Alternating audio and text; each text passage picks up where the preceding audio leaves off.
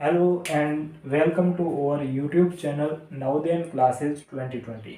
दोस्तों, हम पिछले कई दिनों से आपकी मैथ की तैयारी को बरकरार रखने के लिए कई प्रकार की मेहनत कर रहे हैं। आपको डेली जो भी इम्पोर्टेंट क्वेश्चन है वो भी बता रहे हैं, उसके साथ जो ऑनलाइन टेस्ट होता है वो भी आपको दे रहे हैं, ताकि आपकी जो प्रैक्टिस है ना वो और भी मजबूत हो जाए। इस बार हमको नवोदय पास करना ही करना है, क्योंकि मौका हमारे पास सिर्फ एक ही है। इस मौके के अलावा हम कुछ भी नहीं कर सकते। अगर ये मौका गंवा दिया ना, अगली बार कोई मौका नहीं मिलेगा। कोई बच्चे सोच रहे होंगे कि शायद इस बार नहीं होगा तो नाइन्थ में ट्राई कर लूँगा, लेकिन मैंने पहले ही बता दिया है कि नाइन्थ में आप ट्राई ज़रूर करना, इसमें कोई दिक्कत नहीं है, ठीक है। लेकिन यहाँ पर 80 सीटें फिक्स होती है आपको, यानी कि नवोदय में कक्षा 6 में 80 बच्चों को लेना है तो लेना ही है, लेकिन नाइन्थ में कोई भी सीट फिक्स नहीं होती है। कहीं कहीं पर तो 0 सीट होती है नाइन्थ में, क्योंकि जो सिक्स्थ में बच्चे जाते हैं वो पहले से ऑलरेडी वहाँ पर 80 बच्चे हो जाते हैं। अगर कोई वहाँ से छोड़ के आता है ना तो वहीं पर उनके स्थान पर नाइन्थ में लिया जाता है। लेकिन आप नाइन्थ का भरोसा रखोगे तो नाइन्थ में कभी सीटें होती भी नहीं है, कभी होती है 1 होती है, कभी 5 होती है, कोई फिक्स नहीं है। लेकिन यहाँ पर 6th क्लास में आपके लिए फिक्स है। तो अभी तैयारी आप लगातार कर ही रहे हो तो अच्छी तैयारी करो। और अब कुछ ही दिन रहे, मात्र आज 1-2 तारीख हो गई, आपको 10 तारीख तक 9-10 तारीख तक ही आपको तैयारी करनी है। उसके बाद एक दिन बीच में गैप रखना है, किसी भी प्रकार की कोई टेंशन नहीं लेनी है, एग्जाम फ्री माइंड से दे के आना है, ठीक है। किसी भी प्रकार की टेंशन नहीं होनी चाहिए एग्जाम देते वक्त, ठीक है। तो आप सभी के लिए मैंने एक बार पहले बता दिया था कि आपको फॉर्मूला टेस्ट भी मिलेगा। तो वो फॉर्मूला टेस्ट में कल सुबह जो 12 बजे वाली क्लास होती है उसमें मैं आपको पहले सारे फॉर्मूले बताऊंगा, नीचे आपको एक टेस्ट भी मिल जाएगा। फॉर्मूले हमारे नवोदय विद्यालय में काफ़ी अगर बनाए ना तो काफ़ी बन जाते हैं, लेकिन हम उन्हीं इम्पोर्टेंट फॉर्मूलों को यूज़ करेंगे जो हमारे एक फॉर्मूले से अगर 3 फॉर्मूले का काम हो जाता है तो उन 3 फॉर्मूलों को याद करने से कोई फ़ायदा नहीं है, ठीक है। अगर एक फॉर्मूले से काम हो जाता है तो बाकी वाले 3 को याद करने से कोई मतलब नहीं है। वैसे ही हम सारे इंपॉर्टेंट फॉर्मूले लेंगे और जो पूर्ण संख्याओं पर आधारित जो आपकी क्लास है ना वो आज शाम 5 बजे ले लेंगे, ठीक है। उसके नीचे भी उसको टेस्ट आपको मिल जाएगा। तो दोस्तों आइए अब शुरू करते हैं आज की क्लास को, ठीक है। आप सब बने रहिए हमारे साथ नवोदय क्लासेस 2020 के साथ। गणित के महत्वपूर्ण प्रश्न का पार्ट आज 11वां पार्ट है, ठीक है। गणित के महत्वपूर्ण प्रश्न,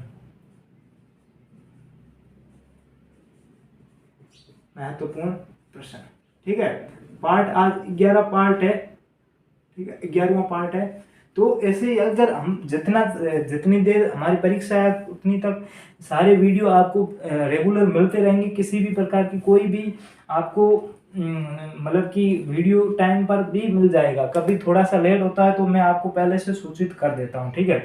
अब यहाँ पर क्या है, पहला प्रश्न क्या है कि 5% वार्षिक दर से कोई धन 4 वर्ष में 720 रुपए हो जाता है तो मूलधन क्या है। अब यहाँ पर देखो 5% वार्षिक दर है, ठीक है, 5% दर है, समय क्या है 4 वर्ष है, समय दिया हुआ है 4 वर्ष, ठीक है। 5% वार्षिक दर से 4 वर्ष में कोई धन 720 रुपए हो जाता है, 720 रुपए हो जाता है, यानी कि 720 रुपए हो रहा है, यानी कि इसका मतलब क्या है, मिश्रधन है।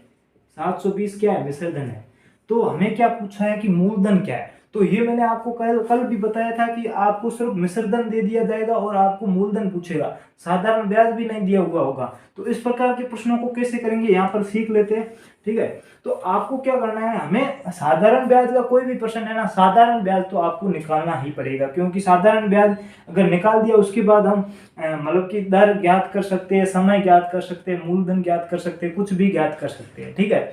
अब यहाँ पर हम कैसे करेंगे, तो यहाँ पर आपको एक पता होगा कि मिश्रधन का फॉर्मूला होता है, क्या होता है, मिश्रधन बराबर मूलधन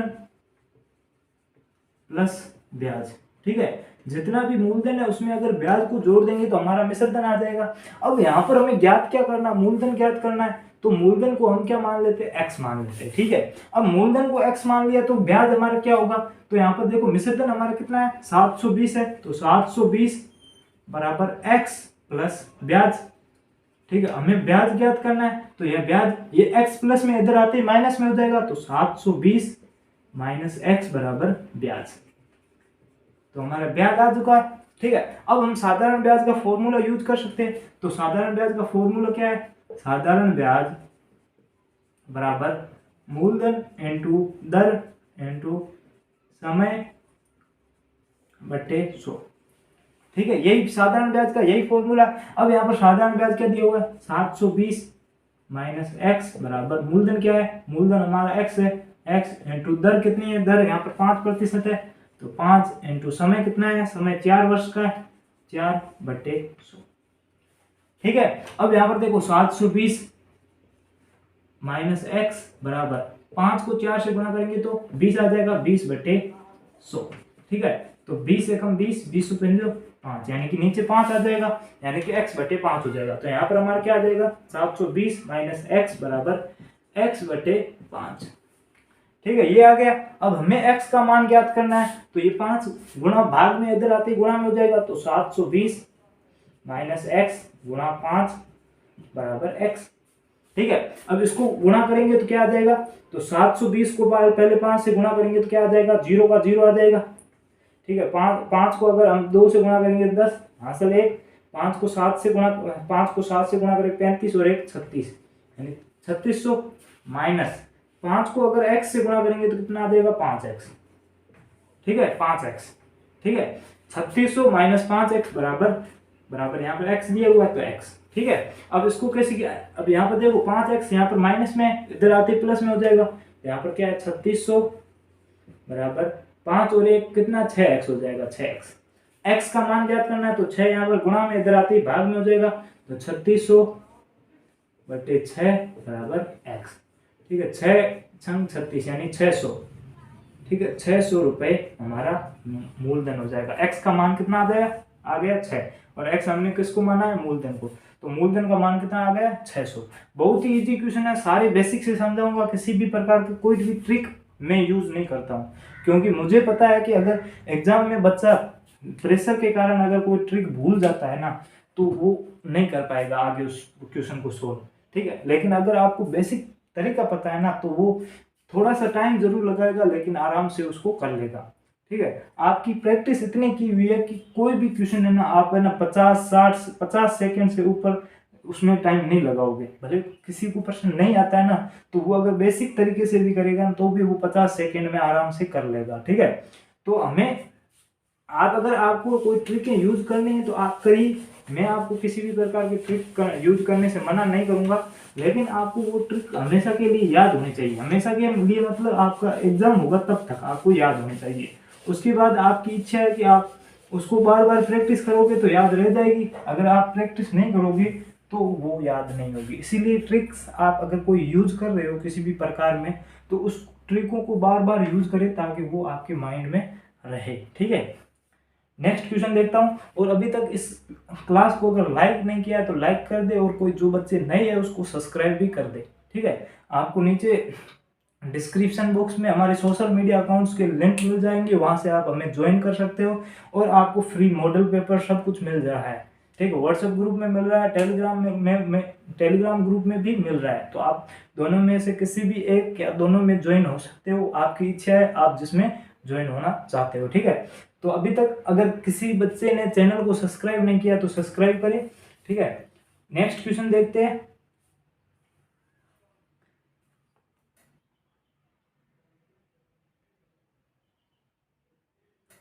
नेक्स्ट क्वेश्चन देखिए, ये हमें मतलब कि दिया हुआ है, क्या दिया हुआ है? 0.0315 इंटू 10.5 बटे 75। इसका मान क्या होगा? इसको सरल करना है, मान क्या होगा? ठीक है, इसका मान क्या होगा? इसको आपको सरल करना है। इसको सरल किस प्रकार से करेंगे आप जल्दी से जल्दी कमेंट कर सकते हो। ठीक है, लाइव चैट में आप लिख सकते हो, लेकिन मैं भी आपको यहाँ पर बता देता हूँ कि इसको सरल कैसे करेंगे। ठीक है, अब मैंने आपको पहले से ही बता के रखा है कि आपको कभी भी, ठीक है, कोई भी आपको अगर चीज याद करनी है तो सबसे पहले अगर पॉइंट को हम हटाएंगे ना, तो हमारा चीज है ना, वो जो हम ज्ञात कर रहे हैं ना, वो आसानी से ज्ञात हो जाएगा। ठीक है, अब यहाँ पर देखिए पॉइंट कितने हैं? पॉइंट एक अंक के बाद ये रहा, और यहाँ पर 1 2 3 4 5 अंकों के बाद ये, सॉरी 1 2 3 4 4 अंकों के बाद पॉइंट ये है और 1 अंक के बाद ये है। अगर दोनों पॉइंटों को हटाएंगे तो नीचे टोटल कितने जीरो लग जाएंगे, 4 और 1 5 जीरो लग जाएंगे। ठीक है, 5 जीरो लग गए। अब यहाँ पर ऊपर क्या है 300, आगे जीरो, आगे 2 जीरो कोई मतलब नहीं है, तो 315 इंटू 105 बट्टे 75, पीछे 5 जीरो। ठीक, हमें पीछे जीरो का कोई मतलब नहीं है। अगर हम इसको 75 को काटेंगे तो 1 आ जाएगा। ठीक है, अगर हम इनको, ठीक है, अगर हम इनको मतलब कि 15 से काटें तो 15 5 75, 15 7 105। ठीक है, 105 हो रहा है। अब वापस से अगर 5 को काटे तो 5 एकम 5, 5 छंग 30, 1 5 दिया 15, यानी कि 63 आ रहा है। तो 63 आ रहा है। अब ऊपर क्या बचे 63 इंटू 7, 63 इंटू 7। ठीक है, नीचे क्या बचा 1 और उसके नीचे 5 जीरो है। ठीक है, अब इनको वापस से गुणा करेंगे तो क्या आ जाएगा 7 या 21, 21 का यहाँ पर क्या हो जाएगा 1, यहाँ पर 2, 7 छंग 42, 42 और 2 43। ठीक है, 7 या 21 हासिल 2, 7 6 7 42, 42 और 2 44 होगा। ठीक है, 6 7 42 और 2 44, 7 439 आ रहा है। फिर बटे 1, पीछे 5 जीरो। ठीक है, 5 जीरो का मतलब कितना होता है, 5 जीरो का मतलब होता है 1 लाख। अगर आपका बहन में आंसर दिया हुआ है तो आप ये सही करोगे। अगर आपका दशमलव में दिया हुआ है तो अब आप वापस कैसे करोगे। अब यहाँ देखो नीचे कितने जीरो, 1 2 3 4 5 जीरो है, तो ऊपर 5 अंक छोड़कर पॉइंट लगा लो। तो यहाँ पर देखो 1 2, ये 3 अंक पहले से दिए हुए, 2 और जीरो लगा लो और पीछे पॉइंट लगा लो। हमारा आंसर क्या होगा 0.004141। ठीक है, आपका आंसर क्या आ जाएगा 0.00441। समझ में आ चुका होगा ये प्रश्न। बहुत ही इजी क्वेश्चन आते हैं आपके, आप ज्यादा हार्ड क्वेश्चन की प्रैक्टिस ना करें। अगर कर रहे हैं तो अच्छी बात है, कोई दिक्कत नहीं है उसमें। ठीक है, ठीक है, क्वेश्चन फॉर्मूला वाला टेस्ट भी आप वीडियो जरूर देखना। और जो आज जो शाम को जो पूर्ण संख्याओं पर आने वाला वीडियो, उसको भी मिस मत करना। ज़्यादा से ज़्यादा उसको भी शेयर करना, लाइक करना, और चैनल पर नए हो तो उसको सब्सक्राइब अभी कर लेना। और अब वो वीडियो होगा उसमें भी आपको कुछ नई नई चीज़ें मिल जाएगी। ठीक है, अब यहाँ पर देखिएगा नेक्स्ट क्वेश्चन क्या है। नेक्स्ट क्वेश्चन यहाँ है, ये है कि यदि किसी संख्या और उसके 1/5 भाग में अंतर 40 का है तो वह संख्या क्या है। अब कोई संख्या है x मान लेता है, उसका 1/4 यानी कि x का 1/4, उन दोनों में अंतर अगर 40 का है तो वह संख्या क्या है, यानी कि x का मान क्या है। तो अब यहाँ पर देखो x माइनस x का 1/4 यानी कि x/4 बराबर 40। ठीक है, अब यहाँ पर माइनस है तो यहाँ पर 1 लगा लेते हैं, दोनों का एलसीएम लेंगे 4 आएगा। फिर 4 में 1 का भाग देंगे तो 4 आएगा, ऊपर वाले 4 को ऊपर x से गुणा करेंगे तो 4x। फिर माइनस 4 में 4 का भाग देंगे तो 1 आएगा, 1 को x से गुणा करेंगे तो x/40। ठीक है, ये आ गया। अब 4x में से 1x को घटाएंगे तो 3x/4 बराबर 40। ठीक है, अब यहाँ पर देखिएगा 3x बराबर, अब यहाँ पर भाग में 4 है, इधर जाएगा तो गुणा में, तो 40 इंटू 4। ठीक है, 3x बराबर 4 चौके 16 और 1 0। ठीक है, फिर x बराबर 160/3। ठीक है, 160/3 आ गया। अब आपका ये भी आंसर ऑप्शन में हो सकता है, अगर ये नहीं है पॉइंटों में तो आप पॉइंटों में भी ज्ञात कर सकते हैं। 5 तिया 15, 1 बचेगा, 3 तिया 9, फिर पॉइंट हो सकता है मिश्र भिन्न में हो तो 3 तिया 9, 1 बचेगा बटे 3, 53 सही, 1/3 भी आपका आंसर हो सकता है। ठीक है, x बराबर आपका अगर भाग देंगे तो 53। ठीक है, पॉइंट फिर से 3 3, ये भी आपका आंसर हो सकता है। तीनों आंसर हो सकते हैं, ये भी हो सकता है, ये भी हो सकता है, ये भी हो सकता है। ठीक है, कोई भी आपका आंसर हो सकता है। ठीक है, आपको बस क्या करना है, बेसिक तरीका अपनाना है कि एक कोई संख्या x है, उसके 1/4 भाग में अगर घटाएंगे तो 40 आ रहा है। फिर उनको अगर दोनों का एलसीएम लेकर अगर हम दोनों का मान ज्ञात करेंगे तो 3x/4 बराबर 40 आ रहा है। फिर x का मान ज्ञात करना है तो x का मान आराम से ज्ञात कर सकते हैं। ठीक है, उम्मीद करता हूँ ये क्वेश्चन आपको समझ में आया होगा। ठीक है, नेक्स्ट क्वेश्चन की ओर बढ़ते हैं।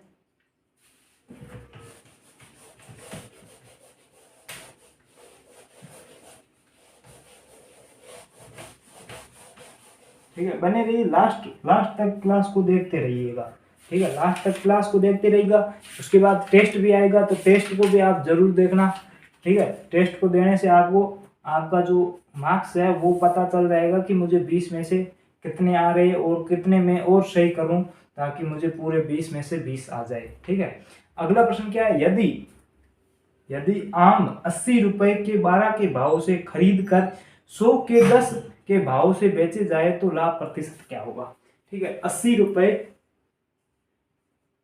ठीक है, 80 रुपए के 12 खरीदे, 80 रुपए के 12 खरीदे,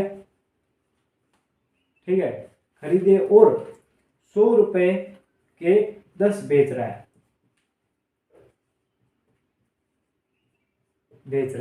ठीक है, बेचे, तो उसको लाभ क्या है। यानी कि 80 रुपए के खरीदे, 80 रुपए के 12 खरीदे और अगर 100 रुपए के 10 बेचे तो उसको लाभ कितना होगा। यहाँ पर देखो, अब हमें लाभ या हानि हम कैसे ज्ञात कर सकते हैं, हम पैसों से ही ज्ञात कर सकते हैं, रुपयों से ही ज्ञात कर सकते हैं, क्यों, लाभ हानि रुपयों से ही पता चलती है।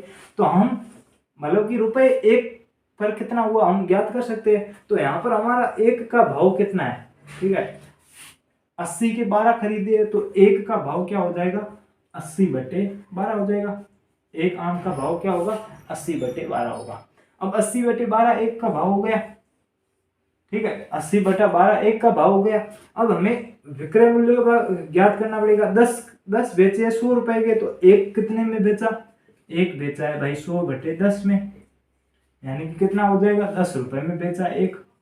खरीदा कितने में था, खरीदा 12 में, 80 का भाग 80 में 12 का भाग देंगे तो कितना आ जाएगा।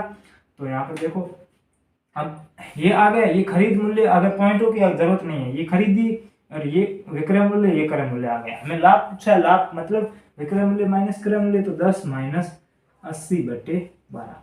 ठीक है, इसके आगे बटे में नीचे एक, दोनों का लसक 12 यहाँ पर आएगा। 12 को 10 से गुणा करेंगे तो 120 माइनस 12 में 12 का भाग देंगे एक को 80 से गुणा करेंगे तो 80। फिर अगर 120 में 80 को घटाएंगे तो 40/12। ठीक है, तो 12 एकम 12, 12 दूनी 24, 12 तिया 36। ठीक है, पीछे 4 बचेगा। ठीक है, तो 4/12। ठीक है, अगर हम इसको ऐसे करेंगे तो 3, 4 एकम 4, 4 तिया 12। ठीक है, 3 सही 1/3, 3 सही 1/3। ठीक है, 3 सही 1/3। ये एक आम पर हमारा वो आ गया, लाभ आ गया। एक आम के ऊपर हम एक आम बेचते हैं तो हमारा लाभ कितना होता है, इतना लाभ होता है, 3 सही 1/3 का। हमें दी खरीदे कितने, हमने 12 आम खरीदे, 12 आम खरीदे तो भाई 12 आम ही बेचेंगे, तो खरीदे 12 है तो 3 सही, या फिर इसको 40/12, 40/12 इसको 12 से गुणा कर देंगे, क्योंकि एक आम के पीछे हमें प्रॉफिट कितने का हुआ, 40/12 का। अब 12 का गुणा करेंगे तो यानी कि टोटल हमारा प्रॉफिट कितना हो जाएगा, टोटल हमारा प्रॉफिट हो जाएगा 40 रुपए का। ठीक है, टोटल हमारा प्रॉफिट कितना हो जाएगा, 40 रुपए का। देखो, एक आम का प्रॉफिट हमें कितना हुआ है, 40/12। अगर आगे आप ज्ञात करते हो तो ये आएगा, अगर आप ज्ञात ही नहीं करते हो तो ये आएगा। ठीक है, 40/12। अब ये एक आम के पीछे हमें प्रॉफिट 40/12 का हुआ है, तो हमने जितने खरीदे हैं उतने तो हम बेचेंगे। तो हमने खरीदे कितने, 12 खरीदे, तो 12 बेचेंगे तो कितना हो जाएगा, 12 को गुणा करेंगे तो 12 से 12 कट जाएगा, 40 रुपए का हमारा लाभ हो जाएगा। समझ में आ गया, 40 रुपए का यहाँ पर लाभ हो जाएगा। बहुत ही इजी क्वेश्चन था, इसमें कोई भी किसी भी प्रकार की हार्ड मतलब नहीं था, आप लोग आराम से कर सकते हो।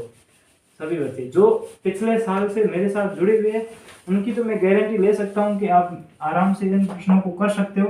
अगर जो नए बच्चे हैं वो शायद कर पाए या नहीं कर पाए, वो तो उन पर निर्भर करता है कि उनकी प्रैक्टिस कितनी है, उनकी जो पहले जिन टीचरों से पढ़ा है उन्होंने किस हिसाब से पढ़ाया है। ठीक है, वो तो उन पर निर्भर करता है। ठीक है, नेक्स्ट क्वेश्चन देखिएगा। नेक्स्ट क्वेश्चन क्या है, यहाँ पर एक क्वेश्चन था। ठीक है, मैं आपको काफी बार पहले समझा चुका हूँ। ठीक है, यहाँ पर क्वेश्चन दिया हुआ है, रवि ने रमेश से यहाँ पर देखो, रवि ने रमेश से 15 अंक अधिक प्राप्त किए, सॉरी 15 अंक कम प्राप्त किए। रवि ने रमेश से 15 अंक कम प्राप्त किए। आगे प्रश्न क्या कह रहा है? अब्दुल ने रमेश से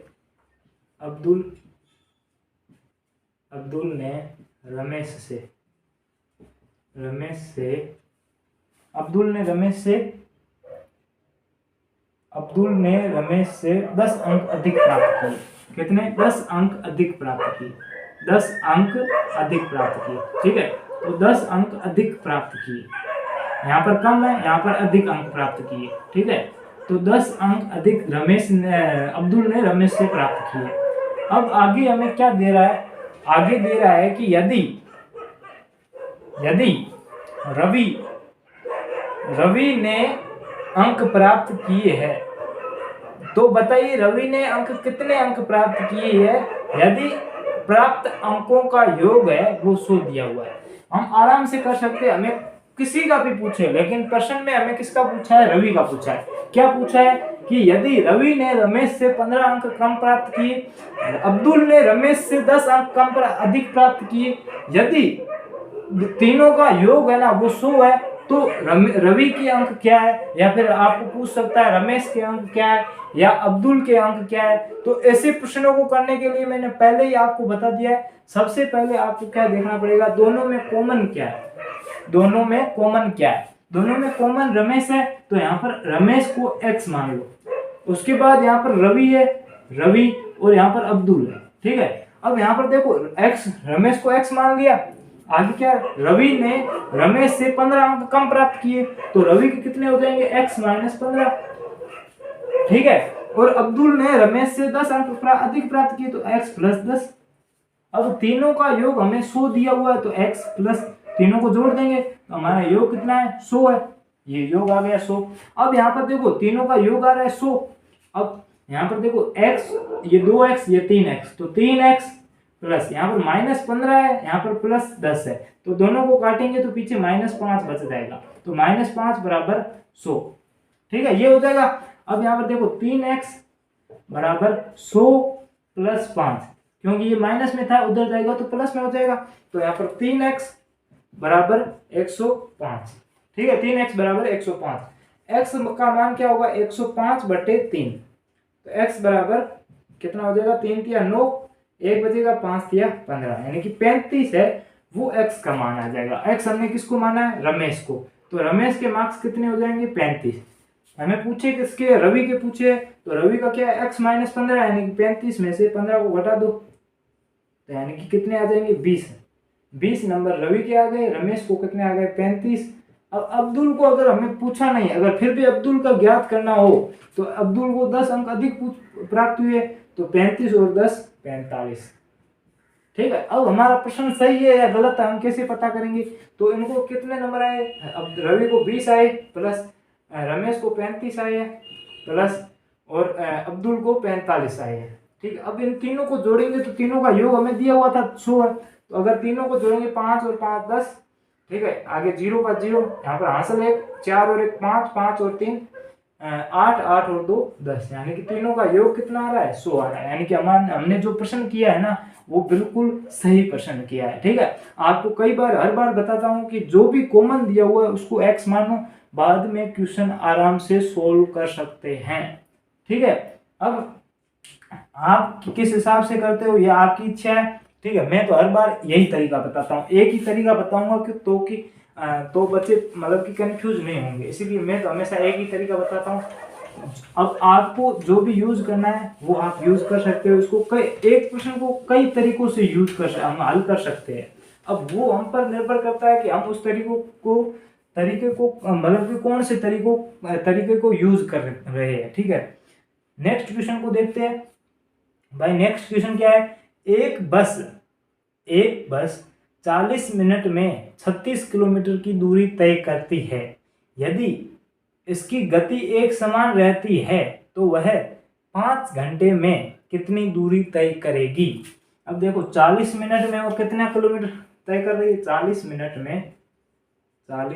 में वह 36 किलोमीटर तय कर रही है। तो 5 घंटे में कितना करेगी? ठीक है, अगर हमें पूछा है 5 घंटे का पूछा है, अब यहाँ पर 40 दिया हुआ है, अब हमें इसको मिनट में भी कन्वर्ट कर सकते हैं, वो हमारी इच्छा है। ठीक है, क्योंकि अब यहाँ पर इसको मिनट में कन्वर्ट करेंगे, एक एक नियम की तरह से कर सकते हैं। 5 घंटे में कितने मिनट होते हैं? 1 घंटे में 60 होते हैं, तो 60 को 5 से गुणा करेंगे, 6 पंजे 30, 300 मिनट। अब हमें कोई पूछे कि 40 मिनट में अगर 36 किलोमीटर तय करती है तो 300 मिनट में कितना तय करेगी? तो इसको हम कैसे ज्ञात करेंगे? तो 40 मिनट में 36, 1 मिनट में कितना करेगी? तो 36/40। अब 300 मिनट में कितना करेगी? तो गुणा 300। ठीक है, तो 0 से 0 कट जाएगा, 4 एकम 4, 9 चौके 36, ऊपर 3, 30 × 9। ठीक है, तो 0 9 तिया 27, यानी कि टोटल कितना तय करेगी? 270 किलोमीटर हमारा 5 घंटे में तय कर लेगी। समझ में आया? बहुत ही इजी क्वेश्चन है, आपको कुछ भी नहीं करना, एक एक नियम की तरह से कर सकते हैं, लेकिन उसके लिए हमें इकाई दोनों की एक रखनी है। मिनट है तो इसको भी मिनट में कन्वर्ट करना पड़ेगा। ठीक है, बहुत ही इजी क्वेश्चन है।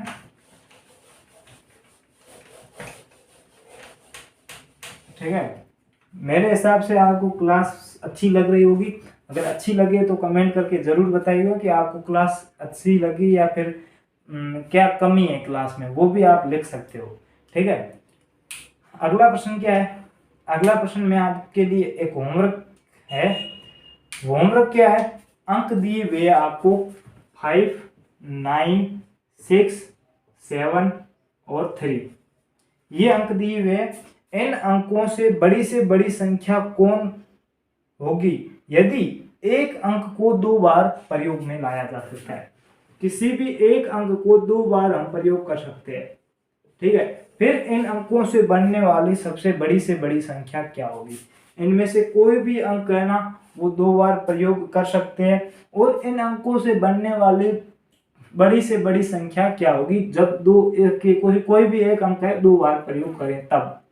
ठीक है, तो ये आपको आ रहा होगा, आप जल्दी से जल्दी इस क्वेश्चन को सोल्व करके कमेंट बॉक्स में लिखिए, लाइव चैट में नहीं, कमेंट बॉक्स में लिखिए, ताकि मैं बाद में चेक कर सकूं, तो मुझे पता चले कि कितने बच्चों ने क्या आंसर बताया और उनका सही है या गलत है, वो मैं चेक कर सकूं। ठीक है, आपको कितना संख्या पद्धति आपकी कितनी क्लियर हुई है। ठीक है, तो ये प्रश्न आपके लिए होमवर्क था। अब नेक्स्ट क्वेश्चन की ओर बढ़ते हैं। नेक्स्ट क्वेश्चन क्या है? नेक्स्ट क्वेश्चन दिया हुआ है, ठीक है, सोनू घर से बाजार जाने में 25 मिनट लेता है। ठीक है, घर से बाजार जाने में कितना मिनट लेता है? यहाँ पर घर है, यहाँ पर बाजार है। ठीक है, सोनू घर से बाजार जाने में 25 मिनट लेता है। ठीक है, 25 मिनट लेता है। आगे क्या दिया हुआ? 25 मिनट लेता है। बाजार में खरीदारी करने पर वह 2 घंटे 30 मिनट लगाता है। बाजार में जब वो खरीदारी करता है तो वह कितना टाइम लगाता है? 2 घंटे और 30 मिनट, 2 घंटे 30 मिनट का। आगे क्या दिया हुआ है कि तथा फिर वापस घर लौटता है। ठीक है, यदि वह घर से प्रातः 11:30 बजे यानी 11:30 पर प्रातः रवाना हुआ था, तो घर वापस आने में उसको कितना टाइम लगेगा?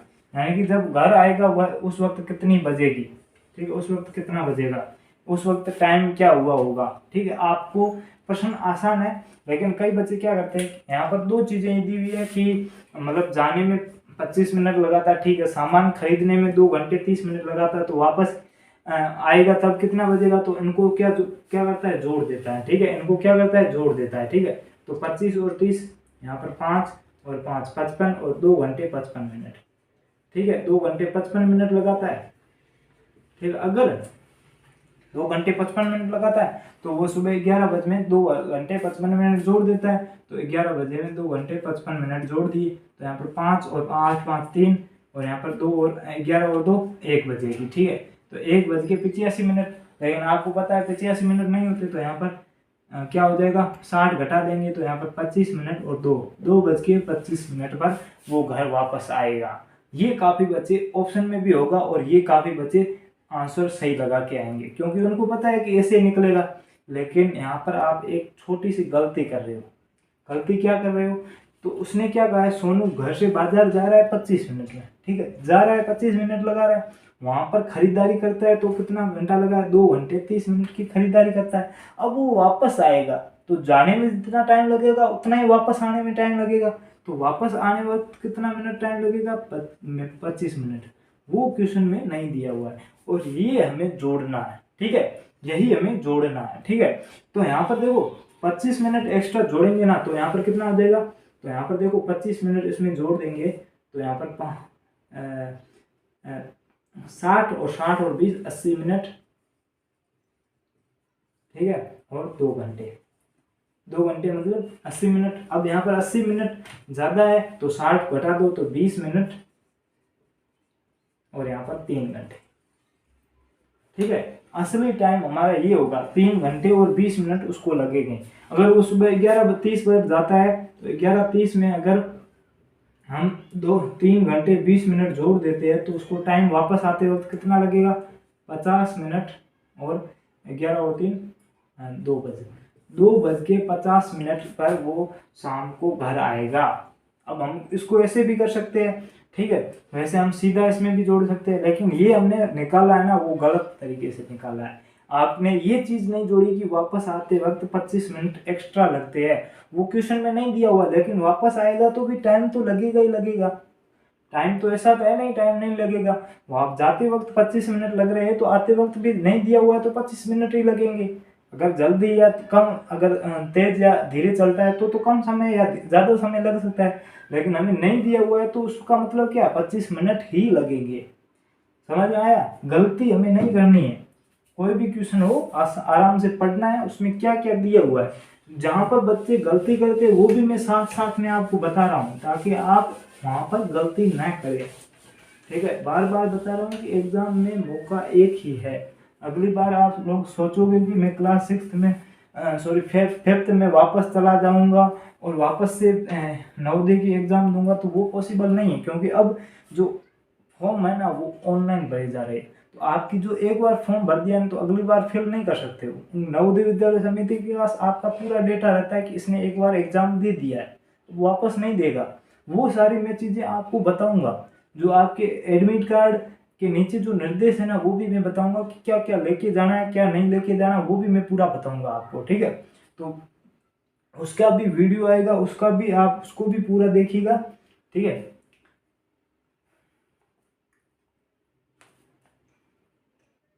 और अभी एक मैं क्वेश्चन आपको बता देता हूँ कल वाला। कल मैंने आपको एक क्वेश्चन दिया था, होमवर्क क्वेश्चन दिया था। क्या दिया था कि 1 से 100 तक विषम संख्याओं का योग क्या है। 1 से 100 तक विषम संख्याओं का योग क्या है, ठीक है। 1 से 100 तक विषम संख्याओं का योग क्या है। हम 1 से 100 तक विषम संख्याओं का योग पूछा है ना, हम इसको कैसे करेंगे, तो यहाँ पर देखो 1 से 100 तक की विषम संख्याएं कितनी होगी, तो 1 से 100 तक की विषम संख्याएं कितनी होगी, 50 होगी। क्यों होगी 50, क्योंकि उसमें सम संख्याएं भी आएगी विषम संख्याएं भी आएगी। अब यहाँ पर देखो 1 2 3 4 5 6, अब देखो एक सम आ रही है, एक विषम आ रही है, एक सम आ रही है, फिर एक विषम आ रही है, एक सम आ रही है, एक विषम आ रही है, एक सम आ रही है। तो एक सम आएगी एक विषम आएगी तो 100 में से कितनी संख्या विषम हो जाएगी, 50 विषम हो जाएगी। तो हमारी कुल संख्या कितनी होगी, 50 विषम संख्याएं होगी, ठीक है। और पहली विषम संख्या क्या है, पहली विषम संख्या 1 है, ठीक है। और अंतिम विषम संख्या क्या है, अंतिम 100 नहीं होगी, अंतिम विषम संख्या होगी 99 होगी ना, वो अंतिम विषम संख्या होगी, ठीक है। अब हमें पूछा है कि इसका योग क्या होगा, तो मैंने आपको एक फॉर्मूला बताया था, वो मैं आपको आज भी बता दूंगा शाम वाले वीडियो में। अभी भी आप समझ सकते हो कि योग बराबर कुल संख्या, ठीक है, कोष्टक प्रथम संख्या या पहली संख्या प्लस अंतिम संख्या बटे 2, ठीक है, बटे 2 हो गए। अब कुल संख्या कितनी 50 है, 50 पर प्रथम संख्या क्या 1 प्लस अंतिम संख्या 99 50/2। ठीक है। अब यहाँ पर देखो 25, क्योंकि 50 को 2 से काटेंगे तो 25 आएगा, 25 प्लस 99 और 1 को जोड़ेंगे तो 100 आएगा। तो 25 सॉरी कोष्टक में है तो यानी दोनों को गुणा करेंगे तो दोनों का योग कितना आ जाएगा 25। ठीक है। तो हमारा यानी कि 1 से 100 तक विषम संख्याओं का योग कितना है 2500। समझ में आ गया। क्वेश्चन बहुत इजी है, मुझे अभी याद आ गया तो इसीलिए मैंने समझा दिया, ताकि आपका जो कल वाला क्वेश्चन था ना होमवर्क वो भी आपके साथ इस बार समझ में आ जाएगा। ठीक है। नेक्स्ट क्वेश्चन को करते हैं। ठीक है। सारे क्वेश्चन इंपॉर्टेंट है और जो शाम तक वो भी पूर्ण संख्याओं वाला वीडियो आएगा 5 बजे, तो उसको भी जरूर देखना। ठीक है। नेक्स्ट क्वेश्चन क्या है? नेक्स्ट क्वेश्चन है कि एक कुर्सी 15% हानि पर 1241 रुपए में बेची जाती है, तो कुर्सी का क्रय मूल्य क्या होगा? अब यहाँ पर देखो हानि कितनी हानि पर बेच रहा है 15% हानि पर बेच रहा है। ठीक है। 15% हानि पर बेच रहा है। विक्रय मूल्य क्या है? विक्रय मूल्य क्या है 1240 मेरे हिसाब से, यस 1241 है सॉरी। ठीक है 1240 रुपए 41 रुपए, तो उसका क्रय मूल्य क्या होगा? फिर आपको एक चीज पता होगी कि हम कोई भी अगर क्रय मूल्य इनटू लाभ या हानि कुछ भी जिसका प्रतिशत दिया होता है हानि बटे 100, तो हमारे क्या आ जाता है विक्रय मूल्य आ जाता है। आपको ये तो पता ही। जैसे कि एग्जांपल देता हूं कि 100 का 20% कितना होगा या 12% कितना होगा, तो ये 100 क्रय मूल्य। ठीक है 100 रुपए क्रय मूल्य दी हुई है, इसका 12% लाभ हुआ तो हमें क्या मतलब विक्रय मूल्य क्या होगा? तो यहाँ पर देखो 100 12% लाभ हुआ तो 112/100, तो 100 से 100 कट जाएगा यानी कि 112 रुपए हमारा विक्रय मूल्य आ जाता है। वैसे ही वैसे यहाँ पर देखो क्रय मूल्य कितना है हमें ज्ञात करना है, तो x इंटू लाभ हानि भी है 15%, तो 100 में से 15 जोड़ दो, क्योंकि यहाँ पर 12 जोड़े थे लाभ हुआ था, उसमें हानि हुई 15 घटा दो 85/100 बराबर विक्रय मूल्य कितना आ रहा है 1241 आ रहा है। कितना आ रहा है 1241 आ रहा है। ठीक है। अब यहाँ पर देखो दोनों को 5 से हम काट सकते हैं, 5 से काटेंगे तो 5 एकम 5 3 बचेगा, 7 5 35 17 और यहाँ पर 20 आ जाएगा। ठीक है। अब यहाँ पर देखो x इंटू 17/20 बराबर 1241। अब यहाँ पर 20 भाग में या पूरी भिन्न गुणा में उधर जाती है भाग में हो जाएगी, तो x बराबर 1241 भाग 17/20। ठीक है। भाग को गुणा में कन्वर्ट करेंगे तो भिन्न उल्टी हो जाएगी, तो 1241 गुणा 20/17। ठीक है। अब यहाँ पर देखो 17 का भाग जा रहा है या नहीं जा रहा है, तो 17 एकम 17 यहाँ पर देखेंगे तो 17 का पहाड़ा 7 बार बोलेंगे तो 17 7 119 होता है। ठीक है। 7 बार बोलेंगे तो 119 होता है। अगर 124 में से 119 को घटाएंगे तो कितना आ जाएगा? तो यहाँ पर 1 और 4 5 और 1 51 आएगा। फिर 17 7 दूनी 34 17 तिया 51, यानी कि 17 का पहाड़ा वापस 3 बार बोलेंगे तो 51, यानी कि 17 से ये कितने बार कट रहा है 73 बार। ऊपर क्या है 20 है, तो 73 इंटू 20 गुणा करेंगे तो 0 का 0 3 दूनी 6 और 7 दूनी 14, यानी कि 1460 रुपए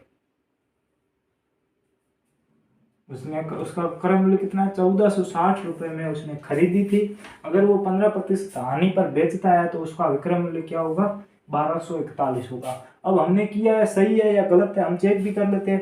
तो 1460 क्रय मूल्य, इसका 15% हानि हुई यानी कि 85/100 बराबर क्या आता है यहाँ पर देख सकते हैं। तो यहाँ पर देखो 0 से 0 कट जाएगा। ठीक है। 17×85 और 5 दूनी 10। ठीक है। 2 से इसको काट सकते हैं तो 7 दूनी 14 3 दूनी 6। वापस से किसको गुणा करेंगे 73 और 17 को। ठीक है। 73 को और 17 को गुणा करेंगे तो आप यहाँ पर देखो 17 को 73 से गुणा करेंगे तो 73 और यहाँ पर 17। ठीक है। वापस से वही तरीका बताऊंगा, दोनों को आपस में गुणा कर दो 7 या 21 हासिल 2 आएगी, फिर दोनों को क्रॉस कर दो तो 7 7 49 और 3 यहाँ पर 49, फिर इसको करेंगे 3 और हासिल कितनी है 2, तो 3 और 2 5, 5 और 49 कितना हो जाएगा 54। ठीक है, तो हासिल 5 आ जाएगी, फिर 7 को 1 से गुणा करेंगे, 7 7 और 5 12, यानी कितना आ रहा है हमारा 1241 आ रहा है। बिल्कुल सही आ रहा है ना सारे, मतलब कि हमारा क्रम मूल्य किस हिसाब से निकाल सकते हैं, इस हिसाब से हम आराम से क्रम मूल्य ज्ञात कर सकते हैं। ठीक है, अलग से कोई फॉर्मूले भी होंगे, क्रम मूल्य विक्रम मूल्य का अलग से फॉर्मूला भी होगा, एक बार आप आराम से ज्ञात कर सकते हो, तो फॉर्मूलों की क्या जरूरत है। ठीक है, आराम से जब हम किसी क्वेश्चन को आराम से ज्ञात कर सकते हैं, तो हम उस चीज में फॉर्मूला क्यों लगाए, उस चीज में फॉर्मूला क्यों लगाए। ठीक है, नेक्स्ट क्वेश्चन है,